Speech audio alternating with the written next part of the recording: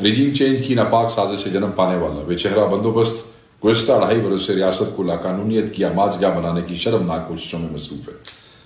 آپ کو یاد ہوگا کہ جنگل راج کے سلسلے کا آغاز سندھ ہاؤس میں لگائی گئی زمینوں کی بدنام زمانہ منڈی سے ہوا، جس میں پیسے کے ڈھیر اور ریاست کی خفیہ طاقت کو استعمال کرتے ہوئے ایک منتخب جمہوری حکومت کا تختہ الٹا گیا اور دنیا بھر سے چوروں، لٹیروں، عدالتی سزا یافتہ مجرموں اور سیاسی ٹاؤٹوں کی غلاظت کے پی ڈی ایم نامی ڈھیر کی صورت میں جمع کر کے بزور شمشیر عوام کے سروں پر مسلط کیا گیا۔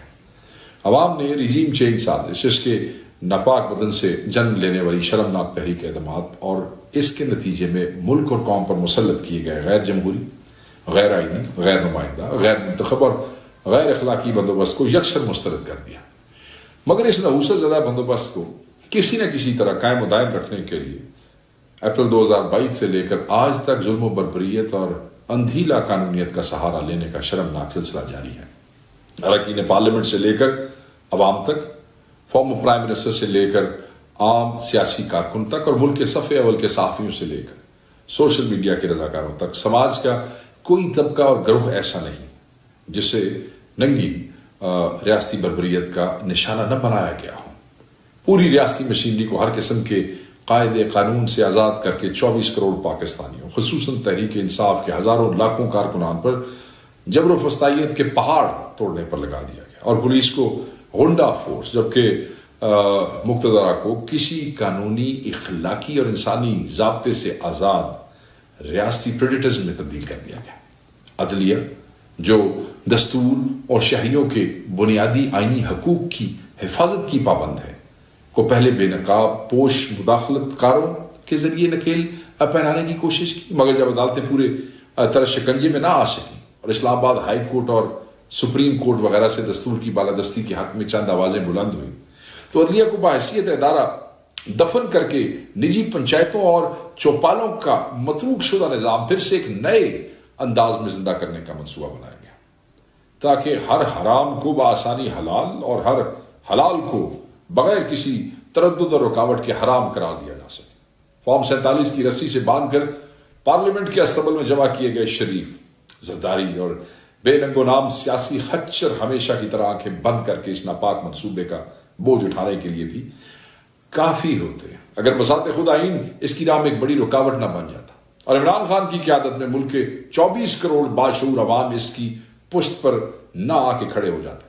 چنانچہ عدلیہ کو دفن کرنے کے لیے، آئین کا حلیہ بگاڑنے اور شخصی خواہشات اور ایجنڈے کو دستور کا درجہ دے کر ملک کو اس میں جکڑنے کے لیے آئینی ترامیم کا ڈرامہ رچایا گیا اور اس سے فارم 47 زدہ ربڑ سٹیمپ پارلیمان سے منظور کروانے کی کوشش کی گئی۔ حزب اختلاف خصوصاً تحریک انصاف اور اس کی ہم خیال جماعتوں نے مینڈیٹ چوروں کے دستور پر اس تازہ ترین حملے کو کامیابی سے پسپا کیا تو شکست خوردہ غاصب انہی ہتھ کنڈوں پر اتر آئے جنہیں استعمال کر کے انہوں نے اپریل 2022 میں جمہور کی نمائندہ حکومت پر شب خون ماری۔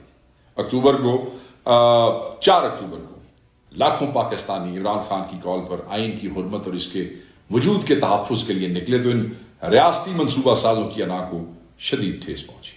اپنا قبلہ درست کرنے اور خود کو آئین کا پابند بنانے کی بجائے ملک بھر میں سیاسی کارکنوں کی ماورائے عدالت پکڑ دھکڑ، دہشت گردی اور قتل کے الزامات سمیت درجنوں چھوٹے جھوٹے بڑے جھوٹے پرچے اور چادر و چار دیواری کی پامالیوں کی بدترین لہر کا آغاز کیا گیا۔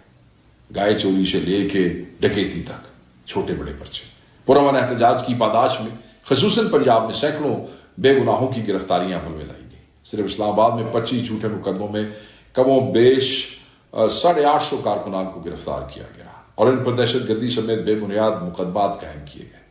اسلام آباد کے صدر اور حقیقی طور پر منتخب ایم این اے عامر مور کو 302 کے چھوٹے مقدمے میں شامل کیا گیا۔ آپ نے سوشل میڈیا پہ جاں بحق پولیس اہلکار کا بیان دیکھا ہوگا۔ راول پنڈی سے لگ بھگ 450 کارکنان کو غیر قانونی طور پر پکڑا گیا اور ان پر جھوٹے مقدمات بنائے گئے۔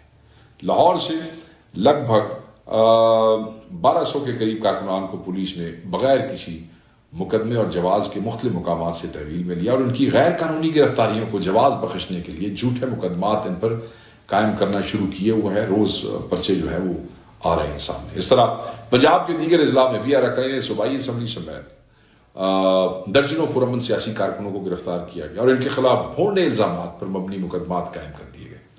عمران خان صاحب کی بہنوں علیمہ خان صاحبہ، عظما خانم کی گرفتاریاں اور ان کے خلاف جھوٹے پرچوں کا اندراج اور ان کے فوکل پرسن انتظار حسین پنجوتا ایڈوکیٹ کی جبری گمشدگی بھی سفاکیت کے اس تازہ ترین سلسلے کی کڑی ہے. کارکنان کے خلاف خصوصاً پنجاب بھر فسطائی حربوں اور ریاست کی انتظامی مشینری کے غیر قانونی استعمال کے ساتھ سینٹ اور قومی اسمبلی کی سفاکیت کا جو ہے کہ رکین کے خلاف سفاکیت کا ایک ملٹی ڈائمینشنل سلسلہ جو ہے وہ تیز کر دیا گیا. بدنام زمانہ دستوری ترمیم کی منظوری کے لیے یہ جو آئینی ترمیم جس کے لیے لگے ہوئے ہیں ہر طریقے سے، آئین کے حوالے سے قاضی کورٹ کے سیاہ آرٹیکل 63A کی سیاہ ترین اس کے جو فیصلے کی شکل میں ہارس ٹریڈنگ کی گئی ہے، اس کی راہ ہموار کی گئی ہے، اور اس کو کرنے کے بعد پھر سے اراکین پارلیمنٹ کو قابو کر کے لاٹھی اور بندوق کے زور پر نمبرز پورے کرنے کی ریاستی مہم میں شدت پیدا کی گئی. اس شرمناک عمل کو مکمل کرنے کے لیے زمینوں کی بولیاں لگانے کی تجوریوں کے منہ کھولے جا رہے ہیں. ان M&As کی تفصیلات جنہیں کروڑوں روپے کی براہ راست یا بالواسطہ آفرز کی گئی ہے ان کے زمین خریدنے کے لیے، وہ میں بھی آپ سے شیئر کروں گا. زمین بیچنے پر آمادہ نہ ہونے والے اراکین قومی اسمبلی اور سینٹ کو ڈرانے، دھمکانے اور طاقت کے اندھے استعمال کے ذریعے جھکانے کے سلسلے کو بھی تیز کر دیا گیا. شفقت عوام، مبین عارف جٹ، یہ ہمارے M&As کے نام ہیں. جمشید دستی، عثمان سائیوال سے، میاں غوث، ثناء اللہ مستی خیل، خواجہ شراز، ملک عامر ڈوگر، جاوید وڑائے، جوید چکر، سینیٹر فلک ناتھ چترالی، ان کو طرح طرح سے پریشر دینے کی کوشش کی جا رہی ہے اور لالچ دینے اور پریشر دینے کے لیے ڈپٹی چیئرمین سینٹ اور پیپلز پارٹی کے سینیٹرز اون چودھری وغیرہ ان کے ذریعے یہ ساری آفرز دی جا رہی ہیں اور پریشر استعمال کیا جا رہا ہے. طاقت کے استعمال کے سامنے نہ جھکنے والے اراکین پارلیمنٹ کے اہل خانہ، بچوں اور رشتہ داروں کو اغوا اور تشدد کا نشانہ بنانے کے سلسلے میں بھی تیزی لائی گئی.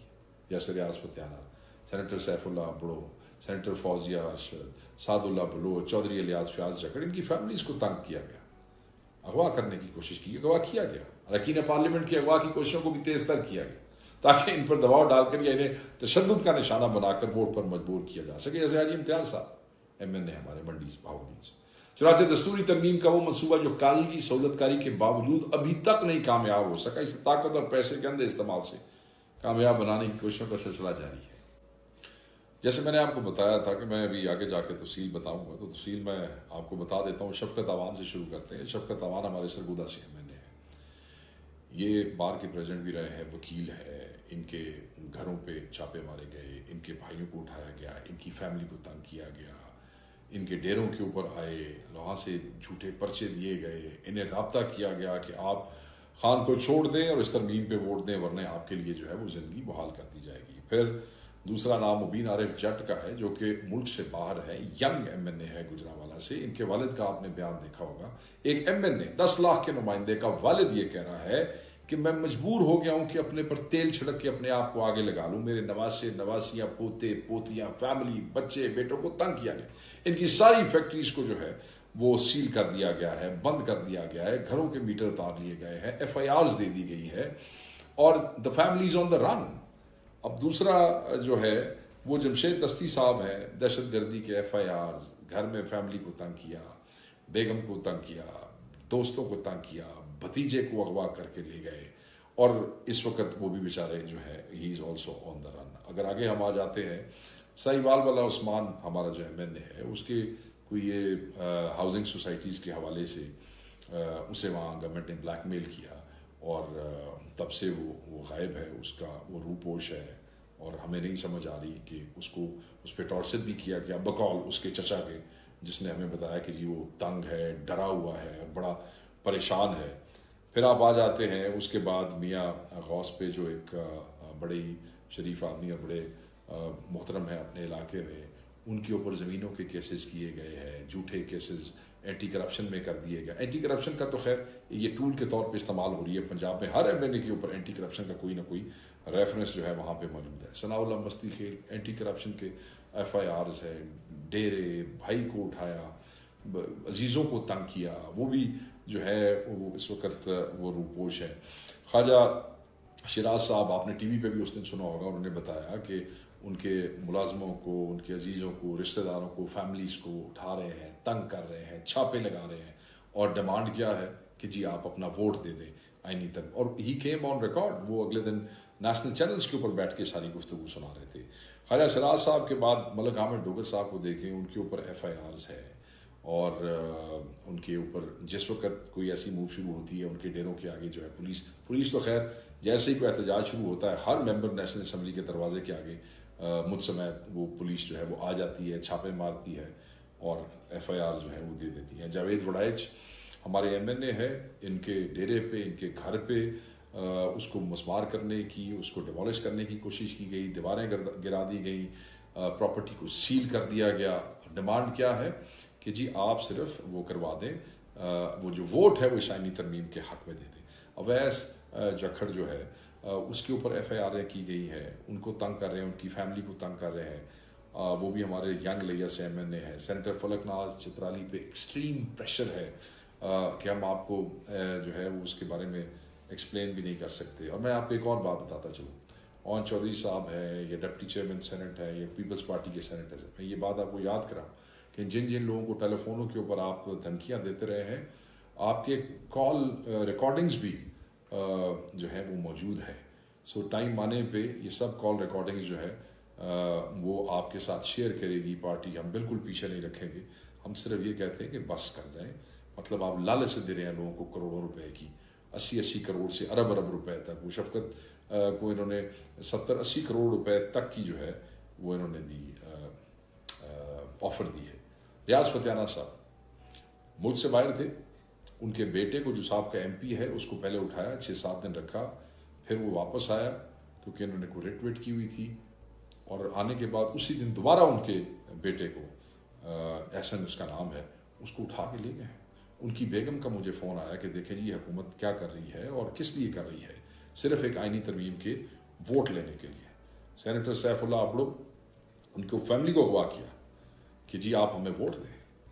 اور اوبیسلی ایک آدمی کی فیملی اغوا ہو جائے تو وہ کتنا پریشان ہوتا ہے، مگر اس کے باوجود وہ ڈٹ کے کھڑے ہیں، ان کے بارے میں یہ خبریں پھیلا رہے ہیں، جھوٹا پروپیگنڈا ہے سارا. سینیٹر فوزیہ ارشد، ان کے میاں جو ہے وہ امبڈسمن آفس کے اندر ریٹائرڈ سیکرٹری وہاں کام کر رہے ہیں. انہیں کہا گیا کہ ہم جو ہے وہ آپ کی نوکری کا وہ کریں گے اگر انہوں نے ووٹ نہیں دیا سینیٹر فوزیہ ارشد نے.